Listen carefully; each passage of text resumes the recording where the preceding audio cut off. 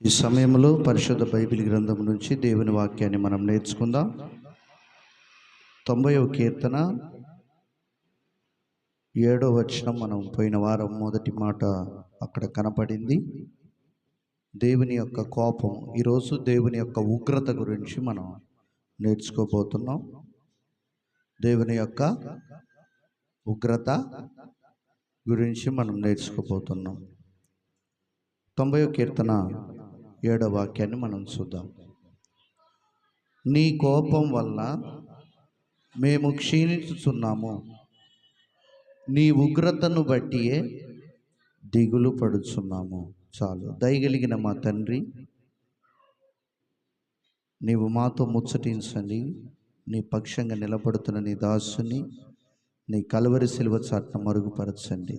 మానవ స్వరాన్ని మరుగుపరిచి ప్రభువా, దైవిక స్వరం మాత్రం మాకు వినిపించండి.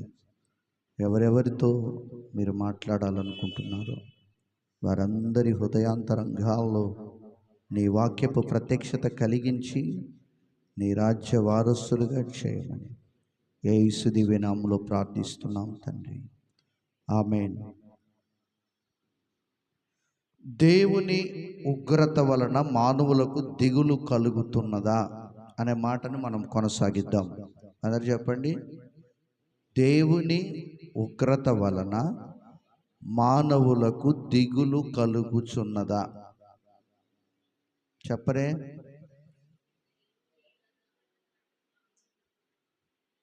చెప్పరేంటి? కలుగుతున్నదా? కలుగుతుందా? కలుగుతుందని మోషే చెప్పాడు.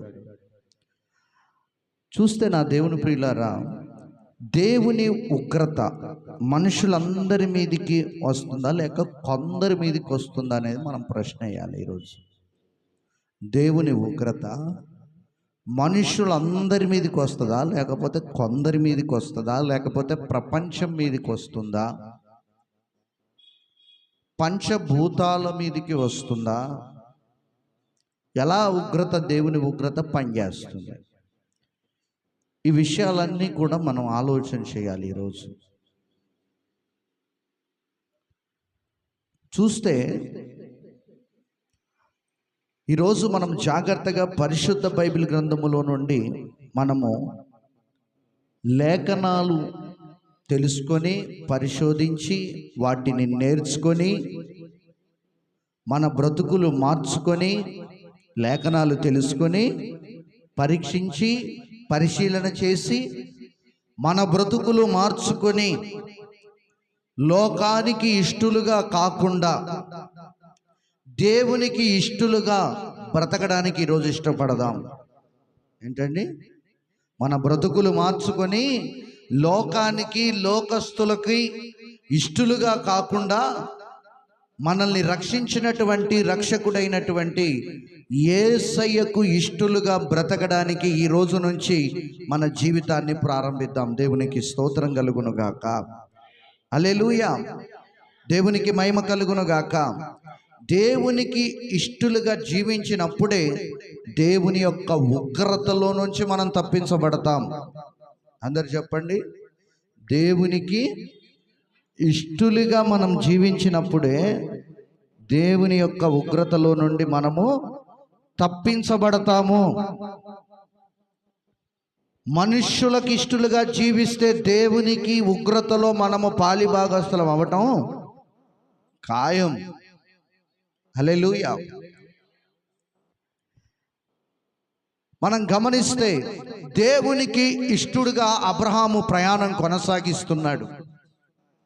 లోతు పనివారికి, అలాగే అబ్రహాము యొక్క పనివారికి నీళ్ళ దగ్గర, పశువులకు నీళ్లు పెట్టే దగ్గర చిన్న వివాదం పెద్దగా చెలరేగింది. అప్పుడు అబ్రహాము, లోతు ఇద్దరు మాట్లాడుకుంటూ ఉన్నారు. మొదటి ఛాయిస్ నీకు ఇస్తున్నాను, ఇక మన ఇద్దరం కలిసి ఉండడానికి కుదరదు. ఎందుకంటే మనమున్న ప్రాంతము మనకు కలిగినటువంటి పశు సంపదలతో పట్టజాలనంత విస్తారమైంది. అందుకనే మనిద్దరం కలిసి ఉండడానికి వీలు పడదు. అందుకని నీకు నచ్చిన ప్రాంతాన్ని నువ్వు ఎంచుకో అని అబ్రహాము లోతుకు అవకాశం ఇచ్చాడు. లోతు చుట్టా పారజూసి తనకిష్టమైన, తనకు నచ్చిన, తనకు అందంగా కనిపించిన, తన ఊహల్లో ఉన్నటువంటి దేవునికి హేయమైన ఒక పట్టణాన్ని ఎంచుకున్నాడు. అబ్రహాము కన్నులెత్తి చూచాడట. కన్నులెత్తి చూచి దేవునికి ఇష్టమైనటువంటి ఎడారి ప్రాంతాన్ని ఎన్నుకొని ఆ ఎడారి ప్రాంతంలో దేవుని మీదనే ఆధారపడుతూ ప్రతి కష్టంలో, ప్రతి కన్నీళ్లలో, ప్రతి వేదనలో కూడా, ప్రతి దాహంలో, ప్రతి ఆకలిలో కూడా దేవుణ్ణి అడుగుతూ, దేవుని మీద ఆధారపడుతూ, దేవునికి ఇష్టడిగా ప్రయాణం కొనసాగించాడు. అతను అభివృద్ధి పరచబడడానికి చాలా ఆలస్యమైంది. కానీ లోతు తను చూసినటువంటి సొదొమ గొమొర్రాల పట్టణమంతా అది మనుషులకు ఇష్టమైంది, అది దేవునికి ఇష్టం కాదు. ఆ మనుషులకు ఇష్టమైనటువంటి జీవితాన్ని కొనసాగించడానికి తన ప్రయాణాన్ని ఆత్మీయుడైన అబ్రహాముతో తెగవేసుకొని సొదొమ గొమొర్రా అనే పాపపు యొక్క పట్టణంలోనికి ప్రవేశాన్ని కొనసాగించాడు. మనందరం ఎరుగుదు, ఆదికాండం 18, 19 అధ్యాయాల్లో అబ్రహాముకు దేవుడు ఆయన మానవతా రీతిగా దిగివచ్చి భూమి మీదికి 3 దేవదూతల రూపంలో ఆయన మనుషుల పోలికలు వచ్చి అబ్రహాముకు ప్రత్యక్షత ఇచ్చాడు. అబ్రహాము మంచి భోజనం పెట్టాడు. తిరిగి వెళ్తూ వెళ్తూ దేవుడు అనుకున్నాడు కదా, ఈ విషయాన్ని నేను అబ్రహాముకు దాచకుండా దాచి ఎలా ఉండగలను, ఆయనకు చెప్పడమే మంచిది అని అబ్రహాముకు దేవుడు చెప్తున్నాడు. నేను సొదొమ గొమొర్రాల యొక్క పాపము యొక్క పట్టణము, వారి యొక్క ప్రజల యొక్క పాపము విపరీతమైనది. నా ఉగ్రత అంతా కూడా ఆ పట్టణం మీద కుమ్మరించడానికి 3 దూతల్ని నేను పంపించాను. వాళ్ళు ఆ పని సక్రమంగా చేశారో లేదో నేను చూడ వెళ్తున్నాను అబ్రహాం అని అబ్రహాముకి దేవుడు ఈ విషయం చెప్తే, అబ్రహాము ఉన్నపాటున దేవుని సన్నిధిలో సాగిలపడి అక్కడ 50 మంది నీతిమంతులు అని ఒక నీతిమంతుల జాబితాను ఆయన ప్రార్థనలో ఎత్తిపడుతూ ఆఖరికి 5 మంది, 10 మంది, 2 నీతిమంతులున్న, 3 ఆ పట్టణాన్ని కాపాడు లేక వాళ్ళని బ్రతికించని ప్రాధేయపడ్డ తీరు.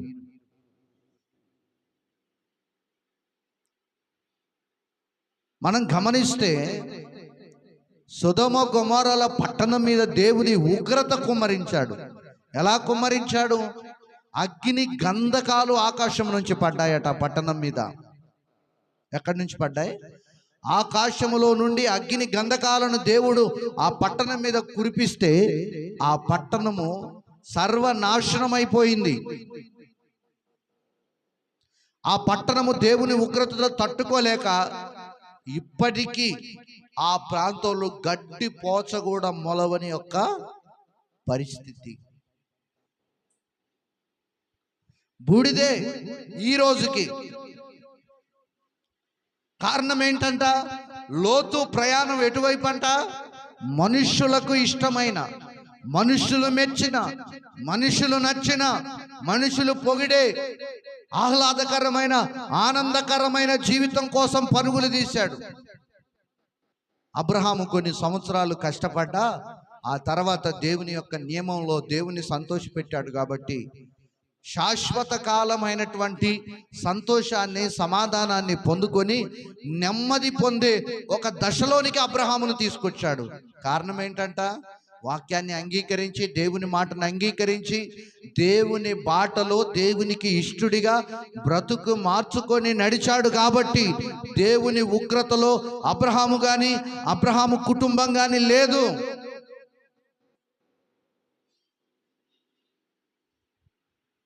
ఈరోజు మన పరిస్థితి ఏంటి? మన జీవితాలు ఏంటి? మన బ్రతుకులేంటి? ఎన్ని రోజులు మనం మనుషులను సంతోషపెట్టే కార్యాలు చేస్తూ, మనుషులను ఆనందపెట్టే, మనుషుల యొక్క మన పితరుల యొక్క పితృ పారంపర్య చర్యలు ఆ కార్యాలు చేస్తూ దేవునికి ఉగ్రతను తెప్పిస్తారు. మనం క్రైస్తవులం, క్రీస్తుని అంగీకరించాము. లోకములో నుంచి, చీకటిలో నుంచి వెలుగులోనికి తీసుకొచ్చాడు, దీపస్తంభం మీద ఉంచాడు. కారణం, లోకానికి వెలుగివ్వాలి, లోకంలో ఉన్న ప్రజల్ని దేవుని వైపు త్రిప్పాలి. మనం ఆశీర్వాదకరంగా ఉండి అనేకులకు ఆశీర్వదింపబడే రీతిగా మన జీవితాలు మార్చాడు దేవుడు. అయినా కూడా మరలా పాపపు జీవితం, లోతు వలె లోకపు యొక్క జీవితం, లోక ఆచారాల యొక్క జీవితం ఇలా ఉండబట్టికే మన జీవితాలు ఎక్కడో అనగగొట్టబడి, ఎక్కడో పాతాళ లోకంలో, ఎక్కడో అణగారిపోయిన నేలకు అణచివేయబడిన యొక్క పరిస్థితి మన జీవితాల్లో తారసపడుతున్నాయి. కారణాలు ఏంటంటే మన బ్రతుకుల్లో ఇంకా ఒక నూతన మార్పు రావట్లేదు. మన జీవితాల్లో క్రీస్తు పోలిక రాకపోవడమే దీని కారణం. క్రీస్తు స్వారూప్యంలోనికి ఒక క్రైస్తవుడు మారలేకపోతున్నాడు. ఆ స్వారూప్యాన్ని ధరించుకోలేకపోతున్నారు. తత్ఫలితం ఏంటంటే సొదొమ గొమొర పట్టణం మీద అంతా కూడా దేవుని ఉగ్రత పాత్రలు కుమ్మరించాడు. అందుకనే దైవజనుడైన మోషే ఈ విషయాలన్నీ కూడా జ్ఞాపకం చేసుకుంటున్నాడు. అట్లాగే సినాయి పర్వతం దగ్గర వాళ్ళు చేసిన వికృతమైన చేష్టలు దేవునికి కోపాన్ని రేపాయి. ఏం రేపాయంట? కోపాన్ని రేపాయి దేవునికే. కారణమేంటి? జీవము కలిగిన దేవుని ఆరాధిస్తున్న వాళ్ళు దూడను చేసుకొని దూడ ఆరాధన మొదలుపెట్టి, ఓయి ఇశ్రాయేలు, నీ దేవుడైన యెహోవా ఇదే అనే దూడకు దేవుని పేరు పెట్టారు. మోషే కోపం వచ్చింది. దేవుని చేత రాయబడిన రాతి పలకలు పగలగొట్టగానే దేవుని అగ్నిలో 3000కు పైచిలుకు నేల తెరుచుకొని ప్రజలు చచ్చిపోయారు దేవుని ఉగ్రతలో. కారణమేంటి? విగ్రహారాధన, వ్యభిచారం, తాగుడు, మత్తు, అల్లరితో కూడిన ఆటపాటలు, దైవ భయం, దైవజనుడి భయం లేని యొక్క పొగరు బట్టిన తలకు పిచ్చెక్కి పొగరెక్కి ఏం మాట్లాడుతున్నామో, ఎవరినేం మాట్లాడుతున్నామో అర్థం కాని యొక్క గర్వపు యొక్క చేష్టలు దేవునికి కోపాన్ని తెప్పించాయి, దైవజనుడికి కోపాన్ని తెప్పించాయి. అందుకని ఆయన పలకలు పగలగొట్టాడు. దేవుడు వెంటనే అగ్నిని పంపించాడు. వాళ్ళు నిలిచి ఉన్న భూమిని చీల్చితే ప్రాణాలతోనే వాళ్ళు భూమిలోకి వెళ్ళిపోయారు.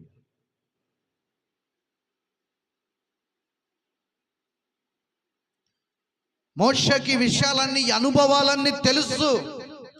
దేవుని ఉగ్రత ఎంత భయానకంగా ఉంటుందో మోషే కళ్ళారా చూచాడు. కాబట్టి నీ ఉగ్రతను బట్టి మేము దిగులు పడుచున్నాము. ఆయన ఉగ్రత, ఆయన కోపం వస్తే ఎలా ఉంటుందో మోషే చవి చూచాడు. మోషే కూడా. ఈరోజు క్రైస్తవులకు ఇసువంతా కూడా భయం ఉండటం లేదు. అసలు విచ్చలవిడిగా ప్రవర్తిస్తున్నారు, విచ్చలవిడిగా జీవిస్తున్నారు.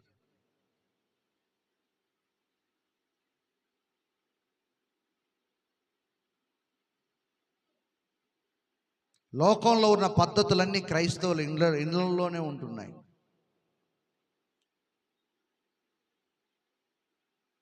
మొన్న పిల్లగాన్ని తీసుకురావడానికి స్టేజ్ మీదకి వెళ్తే ఒక అన్యుడు అంటున్నాడు, మీరు మీకంటే మేము నయం అన్యులం, టైం అంటే టైమే. ఒక అన్యుడు సేవకుని నిలదీసి అడిగాడు అక్కడ నన్ను,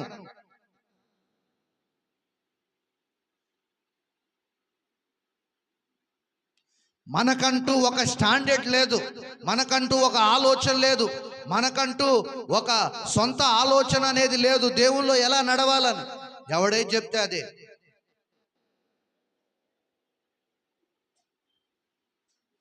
ఒకడు ఎడం కాలు ముందు పెట్టమని ఎవడో తలక మాసినోడు చెప్తే అది పెడతాడు. ఒకడు కుడి కాలు ముందు పెట్టమంటే వాక్యం ప్రకారం బ్రతుకురా నీ బ్రతుకు మారుతుందంటే, బ్రతుకమ్మ నీ బ్రతుకు మారుతుందంటే వాక్యము వినరు.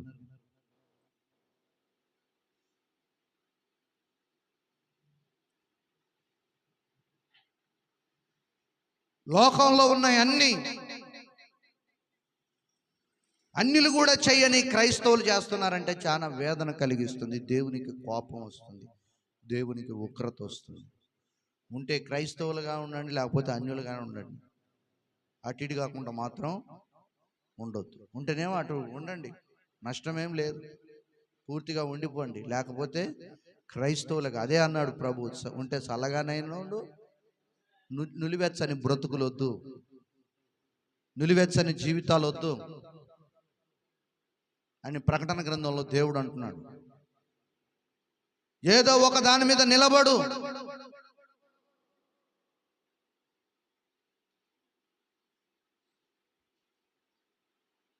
హల్లెలూయా, హల్లెలూయా. దేవునికి కోపం రేపుతున్నారు. క్రైస్తవులమేనా మనం? క్రైస్తవులేనా అమ్మా? క్రైస్తవులేనా? అందరు క్రైస్తవులేనా? అన్యజనుల? క్రైస్తవులేనా? క్రైస్తవుడు ఎలా ప్రవర్తించాలి? ఎలా ప్రవర్తించాలి? ఎలా ప్రవర్తించాలి క్రైస్తవుడు?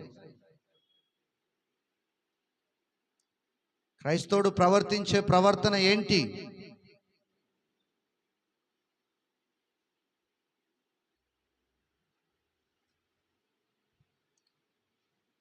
దేవుని రాకడ అతి సమీపంగా ఉంది, అతి సమీపంగా ఉంది.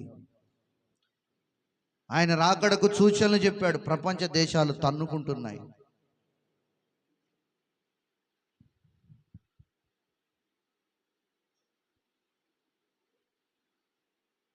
సొదొమ గొమొర్రాలో ఉన్న పరిస్థితి దారుణమైన పరిస్థితి అన్నమాట. లోతు యొక్క ఉన్న ప్రాంతం అగ్ని గంధకాలు, దేవుని ఉగ్రత కుమ్మరించాడు. పోయిన వారం చదివాం, వారెన్నటికీ నా విశ్రాంతిలో ఇక శోధించారు, దుఃఖపెట్టారు, ఇసుకు తెప్పించారు. దేవునికే ఇసుకు వచ్చిందంటే మీరు చేసే పనులకు సేవకులుగా మాకెంత ఇసుకు రావాలి?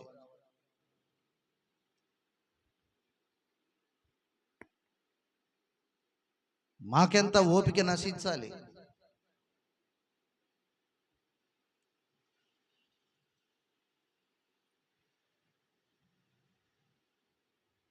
పిల్లగాన్ని తీసుకొద్దామని పోతే అక్క ఇంటి కాంచి అంట తాలిబొట్టు పట్టకరు. మరి అక్క హైదరాబాద్లో ఉంటే అక్క ఈ నివాసం హైదరాబాద్ పోతారు, కారు వేసుకొని. వచ్చిందాక పిల్లగాన్ని స్టేజ్ మీదనే ఉంచుతారా? అక్కది ఈ ఊరు కాబట్టి ఓ చెల్లింది అనుకున్నాం. వేరే ఊరైతే గంట టైం కూర్చున్నాను అక్కడ వేస్ట్గా. ఎక్కడి ఇవన్నీ నేను పుట్టుకతో కూడా నేను చూడలేదు. ఒక నామకార్థ క్రైస్తవుడిగా బ్రతికిన నా పుట్టుకతో కూడా ఇట్లాంటి ఆచారాలని నేను చూడలేదు అసలు. అన్యులు కూడా చెయ్యరు ఇట్లాంటివి. వాళ్ళ బాబునోడు ఒక మాట చెప్తే గిరి కూడా దాటరు. టైం అంటే సెకండ్లతో సహా వచ్చి ఆడ అరుంధతి నక్షత్రం కనపడకుండా కడపని అబద్ధం చెప్తాడు.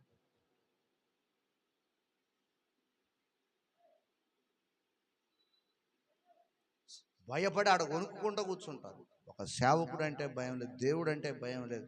అందరు ఫిక్స్ చేసుకున్నారు క్రైస్తవుల పెళ్ళి అంటే ఇక దానికి టైము ఉండదు, దానికి హద్దు ఉండదు. దేవుడు క్రమం కలిగిన వాడు, కానీ మన అక్రమాల ద్వారా ఆయన క్రమం లేనివాడని అన్యజనుల గుండెల్లో మనమే ముద్రించాం.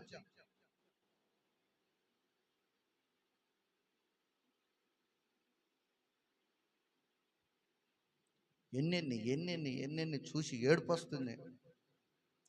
దేవుని కోపం ఎందుకు రాదు?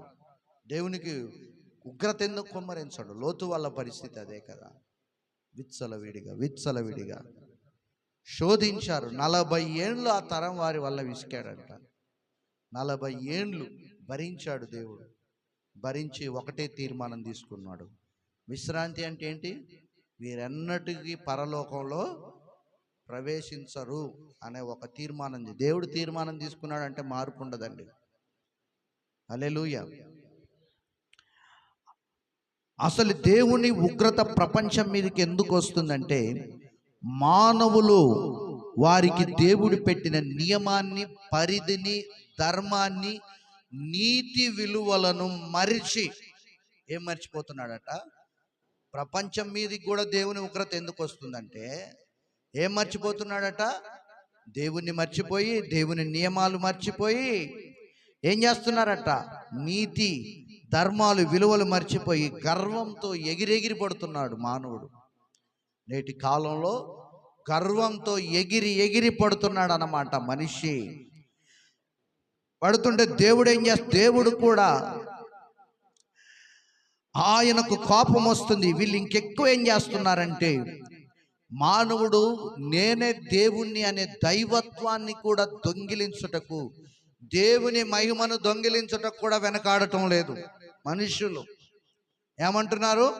నేనే దేవుణ్ణి అని ప్రకటించుకుంటున్నారు.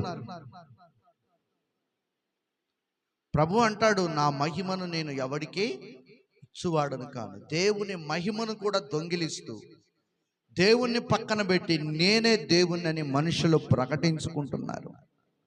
ఆయన దైవత్వం యొక్క మహిమను దొంగిలిస్తుంటే ఆయన ఉగ్రత భూమి మీద ఉన్న మనుషులందరి మీద వివిధ రకాలుగా పంపిస్తే మనిషి తట్టుకోలేక తాళలేక తల్లడిల్లిపోతూ తనువు మధ్యలోనే చాలిస్తున్నాడు. దేవుని ఉగ్రతతో తట్టుకుంటున్నాడు ఆ మనిషి. మొన్న కరోనా వచ్చింది. మనం పుట్టక మునుపు 40-50 ఏళ్ల క్రితం ఏదో వ్యాధి వచ్చిందట,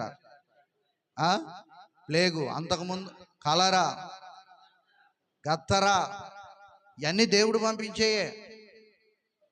ప్రకృతి ద్వారా మనుషుడికి బుద్ధి చెప్తున్నాడు. ప్రకృతి ద్వారా దేవుడు మనిషి గర్వాన్ని అనుస్తున్నాడు, కరువులు రప్పిస్తున్నాడు,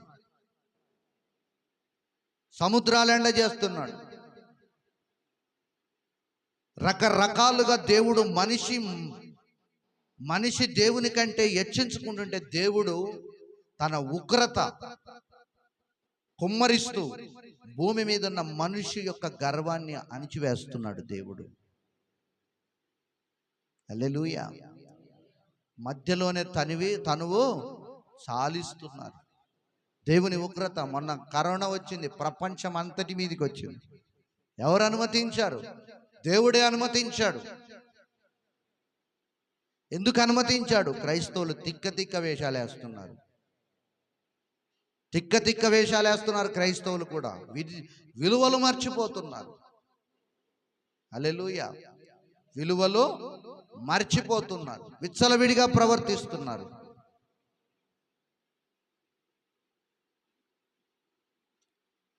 మన దేవుడైన యేసయ్యకు తప్ప మనం ఎవరికి మొక్కవలసిన గత్యంతరం మనకు పడలేదు. ఆమేన్, ఆమేన్. అర్థమవుతుందా? ఎవరికి మొక్కాలి మనం? మన దేవుడైన యేసయ్యకు తప్ప మృతులకు గాని లోకనాథులకు గాని వంగి కాళ్ళు పట్టుకొని మొక్కాల్సిన గత్యంతరం మనకు పట్టలేదు. మొర్దెకై అందుకనే రాజుకు కూడా నమస్కరించలేదట వంగి. యూదుల నియమం ఏంటట? వాళ్ళు వాళ్ళ దేవుడైన యెహోవాకు తప్ప ఎవరికి వంగి కానీ సాగిలపడి కానీ నమస్కారము చెయ్యరు. క్రైస్తవులమయుండి అన్నిటికాడ చేసేవాళ్ళు మీలో కొందరున్నారు. హల్లెలూయా. బ్రతుకులు మార్చుకోండి. ఏ పాటిదండి మన జీవితం? ఎంతకాలం ఉంటామండి? నాకు కొన్నిసార్లు ఆలోచిస్తే ఇంత కష్టపడేది, మీరు విశ్వాసంతో మందిరానికి వచ్చేది, పాటలు పాడేది, సమర్పించుకొని ఉండేది, ఇంత కష్టపడేది కూడా దేని కొరకంట? మందిరానికి వచ్చేది దేని కొరకంట? యేసయ్యను వెంబడించేది దేని కొరకంట? దేని కొరకు మనం వచ్చేది? దేని కొరకండి? ఇంత ప్రయాసపడేదంతా కూడా రేపు ఈ లోకంలో చనిపోతే నేను దేవునితో పాటు పరలోకం చేరడానికనే మనం మందిరంకి వచ్చి యేసయ్యను వెంబడించేది. ఈ భక్తి జీవితం కూడా, ఈ నిత్య జీవం కూడా దేవుడు మనకెందుకు ఇచ్చాడంటే ఆయనతో మనం ఉండాలని. దాని కొరకు ప్రయాసపడుతూ దాన్నే పొందకుండా నరకానికి వెళ్తే ఏం ప్రయోజనం అంటారు? మనం ఒక దర్శనముతో, ఒక గురితో మనం మందిరానికి వస్తున్నాం. ఏంటి మన దర్శనం, మన గురి, మన నిరీక్షణ, మన సంకల్పం ఏంటి? ఏదో ఒక రోజు చనిపోతాం. చనిపోతే లోకుల్లాగా, అన్యుల్లాగా, దేవుణ్ణి ఎరగని వారిలాగా నరకంలో ఉండడానికి కాదు, యుగయుగాలు దేవునితో జీవించాలని ఈ ప్రయాస పడుతున్నాం. కానీ ఈ ప్రయాస అంతా నిర్వీర్యం చేసుకుంటున్నాం. ఈ ప్రయాసకు ఒక ప్రతిఫలం ఉంది. ప్రతిఫలం పొందాలంటే, లోకంలో మనం బ్రతకాలంటే, ఈ లోకమాలిన్యం అంటకుండా ఎలా ఉండాలి? పరిశుద్ధత, నీతి, యథార్థత, దైవభక్తి, ఆరాధన క్రమం మనలో ఉండాలి. కృతజ్ఞత మనలో ఉండాలి. ఇవేవి కనిపించటం లేదు. మనుషులను సంతోషపెడతారు. ఎంతకని సంతోషపెడతారు? మనుషుడు ఎప్పుడు నీ ద్వారా నేను సంపూర్ణ సంతోషం నొందాను అని చెప్పలేడాడు. ఎప్పుడు నువ్వు మనుషుని సంతోషపెట్టలేవు.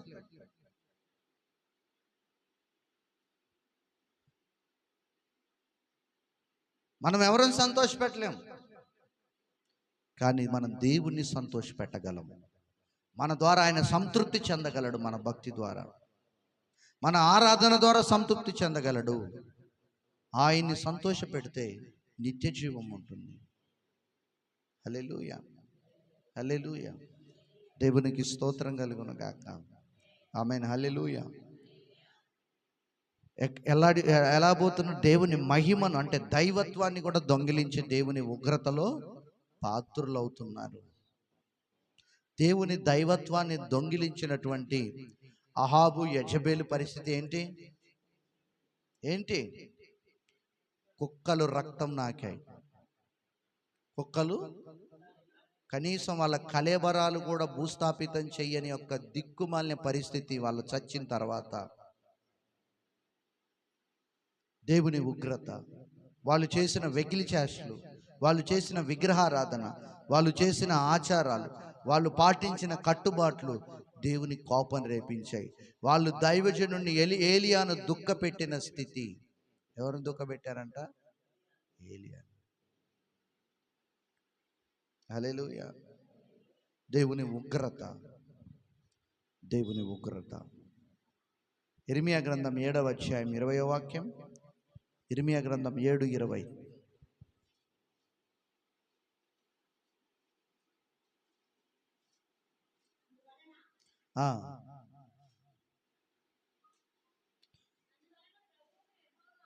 అందువలన ప్రభువు యెహోవా ఇలాగ మాట్లాడుతున్నాడు, ఈ స్థలము మీదను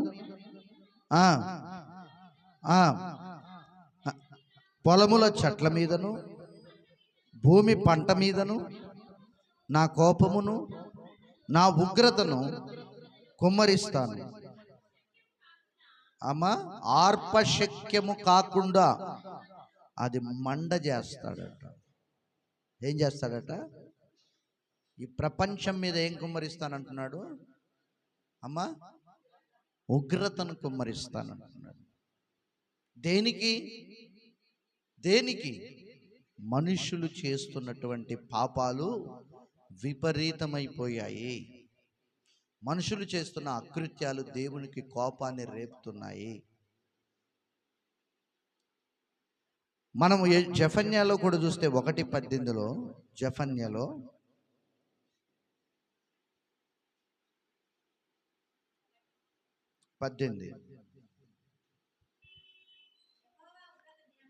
యెహోవా ఉగ్రత దినమందు తమ వెండి బంగారాలు, చూడండి, గమనించండి, అండర్లైన్ చేసుకోండి. ఈరోజు వెండి బంగారాల కోసం, ఆస్తుల కోసం, ధనం కోసం నువ్వు ప్రయాసపడి దేవుని మర్చిపోయి, దేవుని సన్నిధి మర్చిపోయి ప్రయాసపడుతున్నావు, వాటన్నిటిని సమకూర్చుకుంటున్నావు. కానీ ఉగ్రత దినమందు నీ వెండి కానీ, నీ బంగారం కానీ, నీ ఆస్తులు కానీ నిన్ను తప్పింపలేవు. నా కోపాగ్ని చేత భూమి అంతయు, చూడండి, భూమి అంతటిని కూడా దహిస్తాడట. హఠాత్తుగా ఆయన భూనివాసులందరినీ సర్వనాశనం చేయబోతున్నాడు. జాగ్రత్త. ఎవరినంట? భూనివాసులందరినీ ఆయన సర్వనాశనం చేసేటప్పుడు నీవు నేను ఐగుప్తులో దేవుని యొక్క హస్తము కింద దాచబడిన యూదుల వలె మనం ఉండాలి. మరణ దూత ఐగుప్తు దేశమంతా సంచరిస్తే గోషాన్ అనే ప్రాంతంలో ఇశ్రాయేలీలలో వాళ్ళందరూ కూడా దేవుని రెక్కల కింద భద్రపరచబడ్డారు.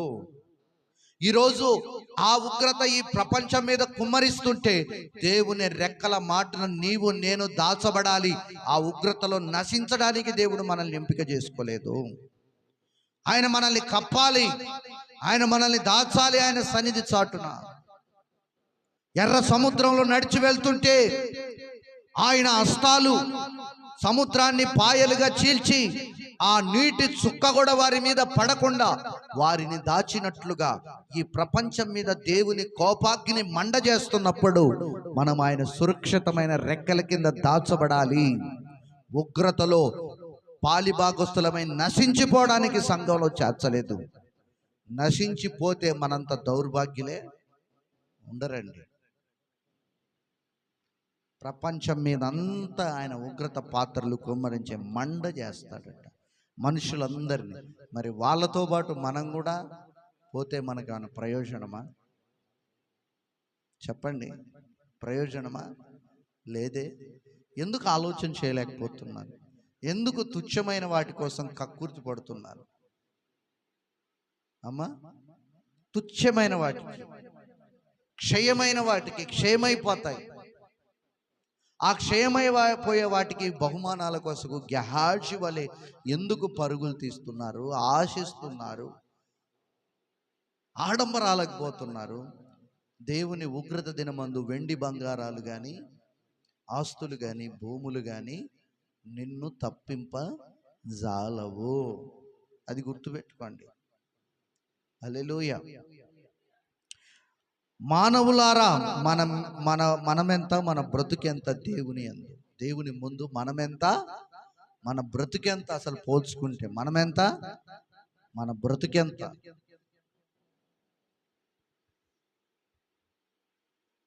దేవుని ఉగ్రత కావాలా, దేవుని ప్రేమ కావాలా? ఏదో ఒకటి తెలుసుకోండి ఈరోజు. దేవుని ప్రేమ కావాలా? అబ్రహాము వల్లే దేవుని ప్రేమను పొందుకుంటారా? లోతు వల్లే దేవుని ఉగ్రతను చూస్తారా? అమ్మా, దేవుని ప్రేమను చూడాలంటే మనలో మార్పు రావాలి. ఆమేన్, ఆమేన్, హల్లెలూయా. దేవుని ఉగ్రత ఎవరి మీదకి వస్తుంది?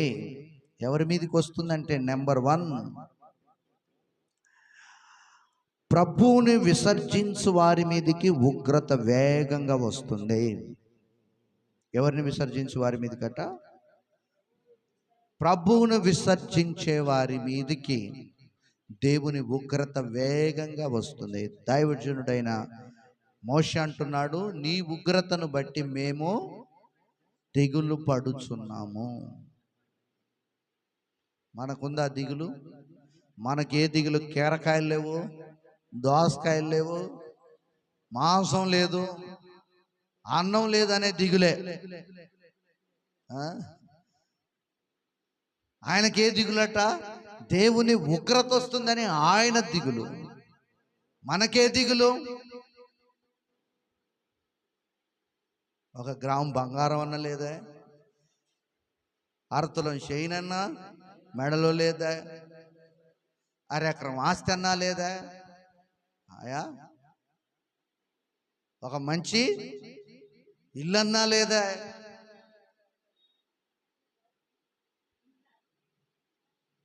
దిగులు, లోక సంబంధమైన వాటి మీద దిగులు. ఆయనకి ఎక్కడ దిగులు అంట? రేపు దేవుని రాజ్యానికి వెళ్తామో వెళ్ళమో, దేవుని ఉగ్రత అంత ఘోరంగా ఉంది. ఆ దిగులు ఆయనకుంది. దిగులు పడవలసిన విషయం అది. మనం దిగులు పడవలసిన విషయాలు ఇవి కాదు. మనకు అవసరమైనప్పుడు ఏది కావాలో దేవుడు ఇస్తాడండి. హల్లెలూయా, ఇస్తాడు. దిగులు పడాల్సిన, చింతపడాల్సిన అవసరం మనకు లేదు. హల్లెలూయా, దేవునికి మహిమ కలుగును గాక. ఆమేన్. అరతులం బట్టు ఏమంట? ఉంగరము, పావులెత్తు దిద్దులు. రేపు చచ్చిన తర్వాత ఆ బంగారం కోసం మన శవం మీద మన బిడ్డలు కొట్టుకుంటారు. ఆ సంగతి నీకు తెలియదు. నువ్వు చచ్చావని బాధ మర్చిపోతారు వాళ్ళు. ఒక దిద్దు నాకు వస్తే బాగుండు, ఒక దిద్దు ఇంకో అని 2 దిద్దులు నాకే దక్కితే బాగుండు, మా అక్కకు మా చెల్లెకి లేకుండా అని శవం మీద పడి కొట్టుకుంటారు రేపు నీ శవం మీద. అందుకనే ఆ బంగారం లేకపోవటమే మంచిది, ప్రశాంతంగా ఉంటారు. హల్లెలూయా, దేవునికి స్తోత్రం కలుగును గాక. ఆమేన్.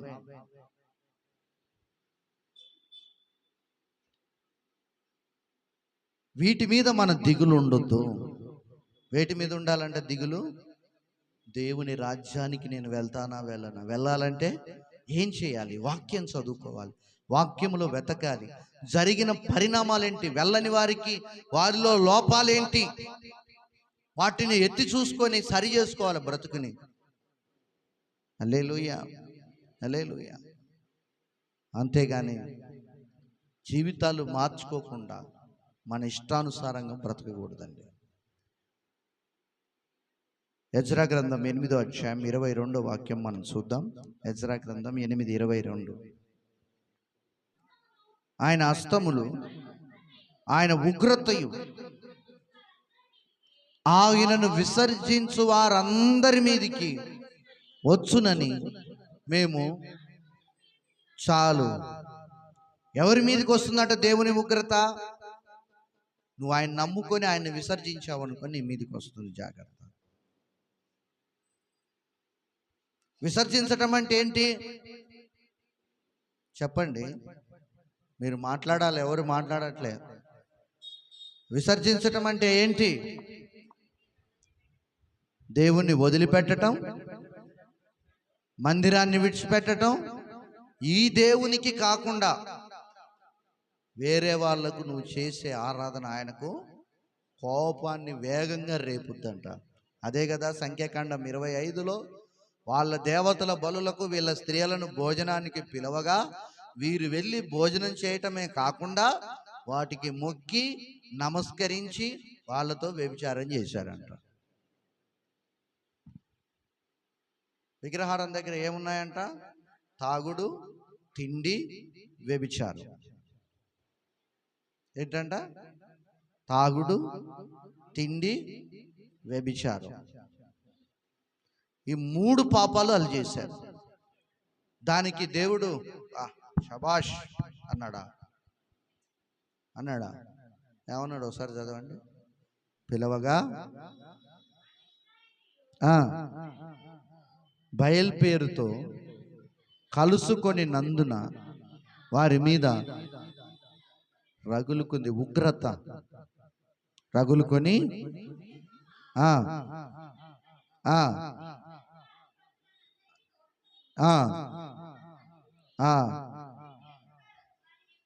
ఉరితి. హల్లెలూయా. ఏం చేయమన్నాడంట? ఉరి తీయమని చెప్పాడు. ఉగ్రత, దేవుని కోపం. కఠినంగా ఉన్నాయండి పాత నిబంధనలో శిక్షలు. దేవుడు ఇప్పుడు మనకు లేకనే మనం మాటినట్లే. దేవుని యొక్క ప్రేమ, ఆయన మనకిచ్చిన స్వేచ్ఛ మనకేం చేశాయంటే దేవుణ్ణి అలుసుగా తీసుకునేటట్టు చేశాయి. అలుసుగా, ఏ మాత్రం భయం లేదు. మందిరానికి టయానికి రాము, టయానికి ప్రార్థన చేసుకోము, టయానికి దేవునికి ఇవ్వాల్సింది ఇవ్వము. భయం అనేది లేదు. శుక్రవారం ఉపవాస ప్రార్థన ఉండదు, ప్రత్యేక ప్రార్థన ఉండదు. ఆదివారం వచ్చినవా పోయినవా, వచ్చినవా పోయినవా. ఇది కాదు క్రైస్తవ జీవితం. ఇది కాదు దేవుడు మనలో ఆశించింది. నిరంతరం ఆరాధికుడిగా మనం ఉండాలి. మనం నిద్రపోయినా మన ఆత్మ ఆరాధన చేయాలంటాను నేను. ఆమేన్. మనం పనిచేస్తున్నా మన ఆత్మ ఆరాధన చేయాలంటాను. మన హృదయలో స్తుతుల ధూపాలు వెలుగుతూ ఉండాలంటాను. ఆమేన్. హల్లెలూయా. దేవునికి మహిమ కలుగును గాక. ఆమేన్. ఎందుకు వచ్చిందంట? పురుషులేమో వ్యభిచారం చేశారు, స్త్రీలేమో భోజనానికి పిలవగానే తగుదునమ్మా అని బయలుదేరారు. హల్లెలూయా. దేవుని ఉగ్రత విసర్జించారు. ఎవరిని విసర్జించారట? దేవుణ్ణి విసర్జించి బయల్ పేరుతో కలుసుకున్నారంటే విగ్రహారాధనలో పాలిభాగస్తులయ్యారు. అందుకు దేవుని ఉగ్రత వారి మీదకి వచ్చింది. ఈరోజు ఆయన విసర్జించావా? ఆయన విసర్జిస్తున్నావా? ఆయన ధిక్కరిస్తున్నావా? ఆయన ఆజ్ఞలు మీరి విపరీతమైన పాపం చేశావా? ఈరోజు మారు మనసు పొందండి. అలాగే మొదటి దినవృత్తాంతాల గ్రంథం 28:9 దావీదు తన కుమారుడైన సొలొమోనుకు తెలియజేస్తున్నాడు. 28:9 మొదటి దినవృత్తాంతాలు. సొలొమోనా, నా కుమారుడా, నా తండ్రి యొక్క దేవుడైన యెహోవా అందరి హృదయాలను పరిశోధించేవాడును, ఆలోచనలన్నింటినీ సంకల్పాలన్నిటినీ ఎరిగిన వాడునై ఉన్నాడు. ఆయనను తెలుసుకొని హృదయపూర్వకంగాను మనపూర్వకంగాను ఆయనను సేవించుము. ఆయనను నువ్వు వెతికితే ఆయన నీకు ప్రత్యక్షమవుతాడు. నీవు ఒకవేళ ఆయన్ని విసర్జించిన ఎడల ఆయన నిన్ను నిత్యముగా తన ఉగ్రతలో త్రోసివేస్తాడు చెప్పాడు కొడుక్కి. కొన్ని రోజులు బాగానే ఉంది. తర్వాత మోయాబు ఆ ఐగుప్తురాల్ని పెళ్లి చేసుకొని, తర్వాత ఇంకొంతమందిని పెళ్లి చేసుకొని విగ్రహారాధన చేసి దేవుణ్ణి విసర్జించాడు.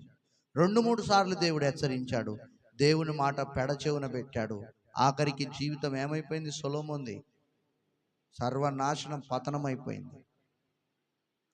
సొలొమోను వల్ల అతని కొడుకుల మీదకి దేవుని ఉగ్రత వచ్చింది. రాజ్యాలు 2గా చీలిపోయాయి. కొన్ని వందల సంవత్సరాల వరకు సొలొమోను యొక్క కుటుంబం అణగారిపోయింది. కారణం ఏంటంట? విసర్జించారు దేవుని. ఎవరి మీదకి వస్తుంది దేవుని కోపం? అమ్మలు చెప్పండి.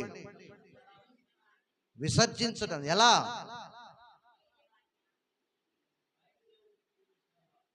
బయలుదేవతలు పూజించిన క్రైస్తవుడయ్యుండి, క్రైస్తవురాలయ్యుండి, ఇంట్లో ఫంక్షన్ చేసిన, అన్యుల ఆచారాలను తీసుకొచ్చి చేసిన, లేకపోతే ఇంకా వివిధ రకాలుగా నువ్వు ఏది చేసినా, అటన్ని పేర్లు నాకు తెలియదు, కానీ నువ్వేది చేసినా అది దేవుణ్ణి విసర్జించినట్టే. ప్రార్థన లేకుండా నువ్వు ఏది చేసినా అది ఆయన్ని విసర్జించినట్టే. హల్లెలూయా, హల్లెలూయా.